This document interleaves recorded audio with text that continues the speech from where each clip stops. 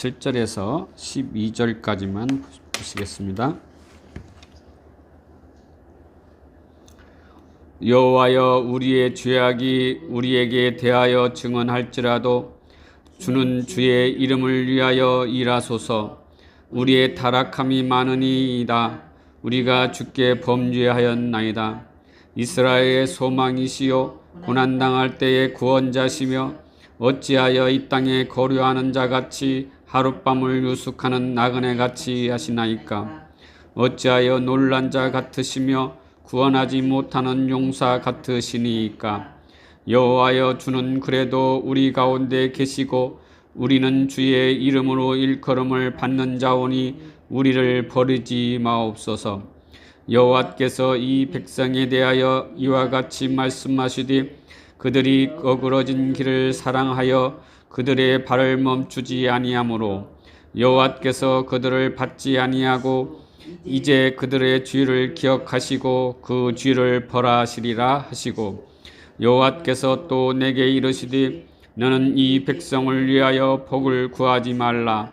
그들이 금식할지라도 내가 그 부르짖음을 듣지 아니하겠고 번제와 소제를 드릴지라도 내가 그것을 받지 아니할 뿐 아니라 칼과 기근과 전염병으로 내가 그들을 멸하리라. 아멘.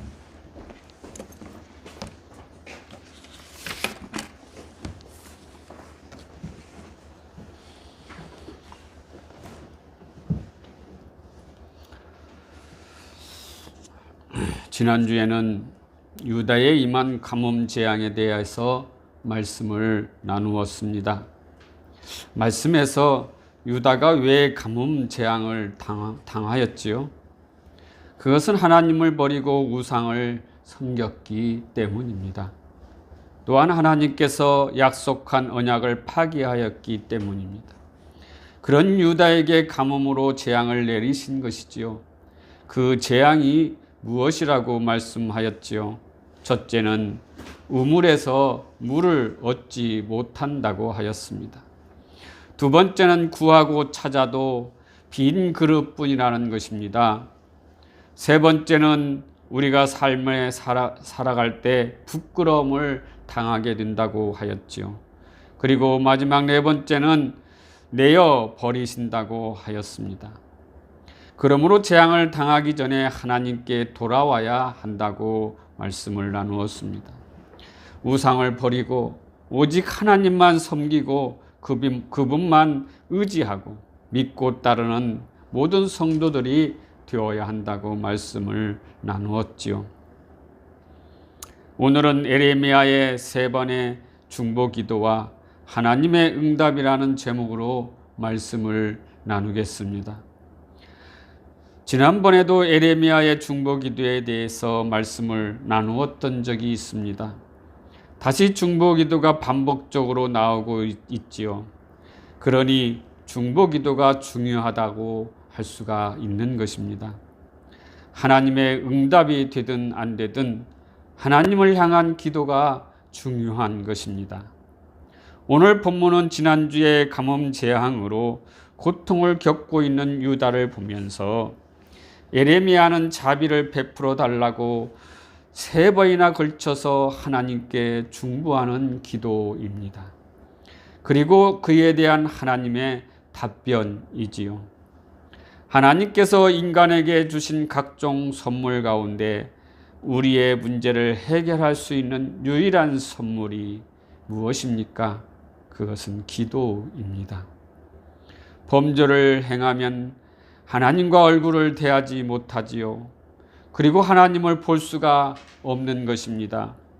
그리고 하나님을 본다면 바로 죽음이기에 우리는 직접 하나님을 볼 수가 없는 것이지요. 그러므로 하나님은 기도라는 것을 통하여 우리와 소통을 원하고 있는 것입니다. 이 세상은 3차원의 세계라고 하지요. 3차원의 세계는 눈에 보이는 것을 3차원이라고 합니다. 즉 길이와 넓이와 높이가 있는 것을 3차원이라고 하는 것이지요. 그리고 시간을 하나 더하여 4차원이라고 말하고 있습니다. 그런데 우리가 보이지 않는 세계를 과학자들은 11차원이라고 말하고 있습니다. 다시 말하면 무한 차원이라고도 할 수가 있는 것이지요. 그 11차원의 세계는 신과의 대화를 할 수 있는 차원입니다. 신과 볼 수 있는 차원의 세계이지요. 하지만 인간의 한계는 3차원인 이 세계인 것이지요. 우리 인간에게는 보이지는 않지만 하나님은 우리와 함께 계시고 우리의 기도를 듣고 있다는 것입니다. 하나님의 세계는 이처럼 11차원의 세계이기 때문입니다. 천국은 어쩌면 무한 차원의 세계 안에 있다고 볼 수가 있습니다. 그러기에 하나님은 우리의 기도를 바로 옆에서, 아니 대면하면서 듣고 상담하고 있을 것입니다. 그러므로 기도가 얼마나 중요한 선물입니까? 더하여 중보기도도 마찬가지 중요한 것입니다. 중보기도는 중보의 대상과 자신을 일치시켜야 하는 것이지요. 그러니까 유다가 범죄하였다면 에레미야도 마찬가지로 범죄 아래 있다는 말입니다. 다시 말하면 유다가 죄인이면 에레미야도 죄인이라는 것이지요. 그렇지 않으면 자신이 그들보다 한 차원 높은 자로, 자신을 깨끗한 자로, 그들과 다른 사람으로 보여지기 때문입니다. 에레미야는 유다 백성이고 하나님의 부름받은 선택된 자입니다. 그러기에 동일한 유다의 백성이라는 것이지요. 그러므로 에레미야는 자신에게 하나님께 중보기도를 드릴 수 있었던 것입니다. 오늘은 본문을 보면 세 부분으로 나눌 수가 있습니다. 전반부는 14장 7절에서 12절까지 예레미야의 첫 번째 중보 기도와 그에 대한 하나님의 답변을 기록하고 있습니다. 말씀에서 예레미야는 유다의 죄가 많음을 자복하고 그들의 죄악에도 불구하고 그들이 하나님의 이름으로 불리는 하나님의 백성이라는 사실을 근거하여서 심판을 유보해 주실 것을 하나님께 호소하고 있습니다. 그러나 하나님은 예레미야의 중보 기도와 유다 백성들의 금식이나 제사 등에 또 불구하고 유다와 유다 백성들의 죄를 용서하지 않을 뿐 아니라 가뭄 이후에는 칼과 기근과 연병을 통해서 그들을 멸하실 것을 밝히심으로 유다에 대한 심판의 의지가 분명하게 나타나고 있는 것입니다. 그리고 중반부에는 14장 13절에서 18절 말씀으로 예레미야의 두 번째 중보기도와 하나님의 응답입니다. 첫 번째 기도에 대한 대답을 통해서 유다 백성들에게 하나님께서 분명한 심판을 하시겠다는 것을 알고 있지요. 그래서 이번에는 많은 거짓 선지자들이 백성들에게 거짓 평안과 안전을 예언하여 백성들이 거짓 선지자들의 말을 듣고 그릇된 길로 들어갈 수밖에 없었다는 것을 예레미야는 하나님께 대하여서 기도하고 있습니다. 다시 말하면 거짓 선지자들에게 속아서 어쩔 수 없이 죄를 지었다는 것을 핑계를 대면서 하나님께 백성들을 긍휼히 여겨달라고 호소하고 있는 것이지요. 그러나 하나님의 답변은 무엇입니까? 거짓 선지자들을 멸할 뿐 아니라 그 잘못된 말을 듣고 그 말을 따랐던 백성들도 함께 멸하시겠다는 것입니다.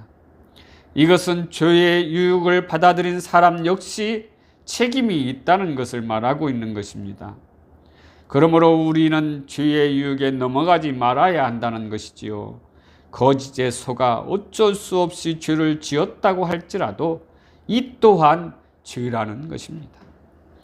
마지막으로 후반부 14장 19절에서 15장 9절까지는 예레미야의 세 번째 중보 기도와 그에 대한 하나님의 답변의 말씀입니다. 예레미야는 거듭된 중보의 노력에도 그들이 돌이키지 않으므로 이번에는 최후 수단으로 하나님의 언약에 근거해서 유대를 멸하지 말 것을 하나님 앞에 호소하고 있는 것입니다. 이는 하나님의 언약의 신실성에 대한 선지자의 확신에 근거한 호소였던 것입니다. 그러나 하나님은 세 번이나 중보 기도를 한 예레미야의 호소를 들어주지 않고 거절하십니다. 그러면서 유다의 파멸을 피할 수 없다는 것입니다. 그래서 유다는 전쟁으로 황폐화되고 백성들은 잔인하게 살육당하며 이방의 포로로 끌려가게 될 것을 예언하고 있는 말씀이지요.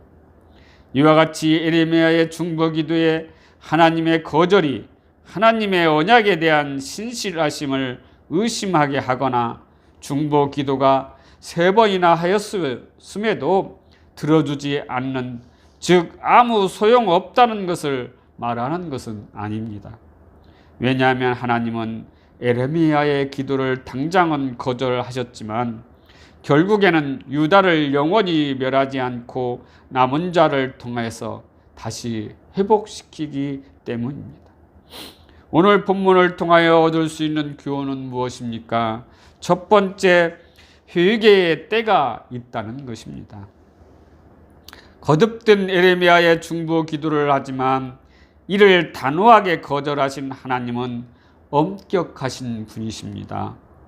한번 약속한 것은 반드시 이루시고 약속을 지키시는 분이십니다. 그러니 죄의 삭은 죽음이라는 것은 변함없는 약속의 말씀입니다. 그러니 죄는 곧 죽음입니다.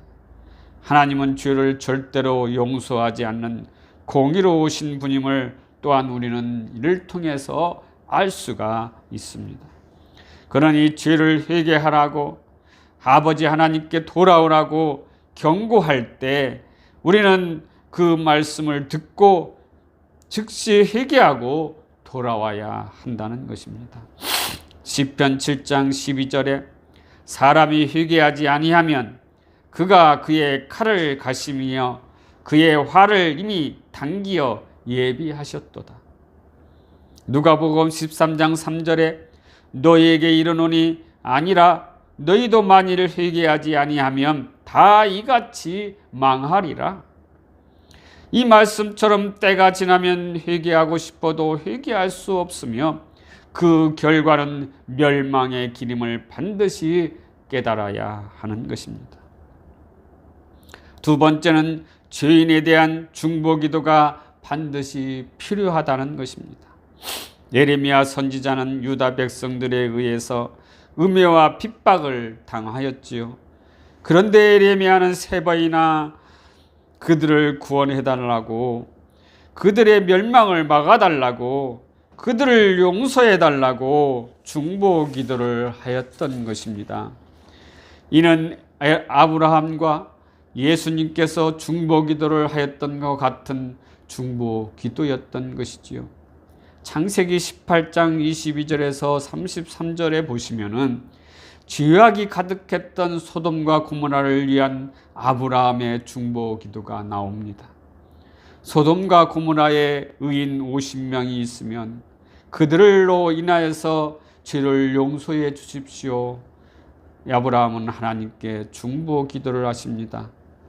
그러나 의인 10명까지 내려와 의인 10명이 있으면 그들로 인하여 소돔과 고모라를 멸하지 마십시오라고 아브라함은 또한 중보 기도를 하지요. 그런데 소돔과 고모라는 의인 10명이 없어서 멸망을 당하고 맙니다. 또한 누가복음 23장 34절에 보면은 이에 예수께서 이르시되 아버지 저들을 사하여 주옵소서 자기들이 하는 것을 알지 못함이니이다. 이 말씀은 태속의 십자가 위에서 백성들의 죄악을 위해 중보하시는 예수님의 말씀입니다.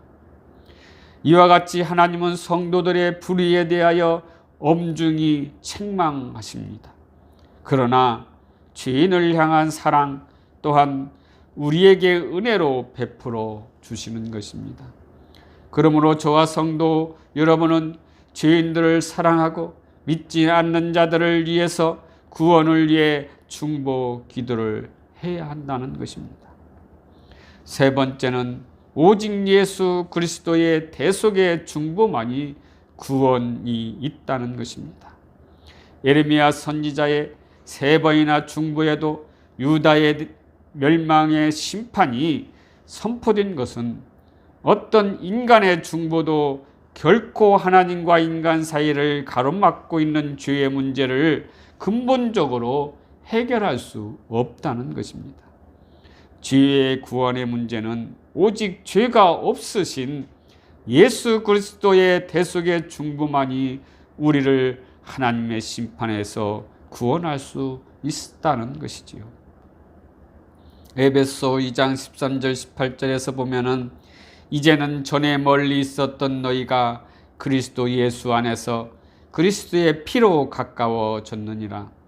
그는 우리의 화평이신지라 둘로 하나를 만드사 원수된 것 곧 중간에 막힌 담을 자기 육체로 허시고 법조문으로 된 계명의 율법을 폐하셨으니 이는 이 둘로 자기 안에서 한 세 사람을 지어 화평하게 하시고 또 십자가로 이 둘을 한 몸으로 하나님과 화목하게 하려 하심이라.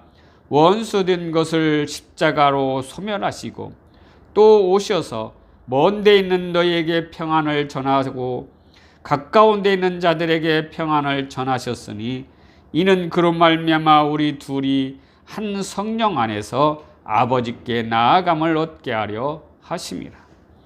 이 말씀처럼 아버지 하나님께 나아가기 위해서는 오직 십자가로 원수된 것을 죄로 소멸해야 한다는 것입니다.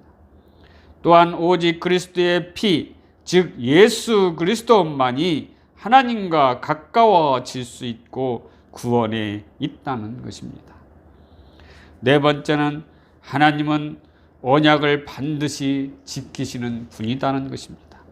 하나님께서 유다의 멸망에도 다시 회복시키는 사실은 하나님은 언약에 신실하신 분이기 때문입니다.